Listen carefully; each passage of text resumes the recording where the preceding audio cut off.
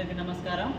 మరి 7th class Telugu text book నుంచి రైతు యొక్క గొప్పదనాన్ని మరి పివి రామనరసయ్య అనే కవి రశ్మి గీతాల సంపుటి నుంచి తీసుకున్నటువంటి పిలుపు అనే ఒక లెసన్లో రైతు గొప్పదనం గురించి కవి చాలా చక్కగా వివరిస్తున్నాడు.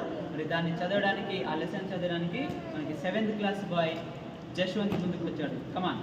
పల్లెటూరు చల్లగుండగా ఎల్ల తగుల చల్లదనమే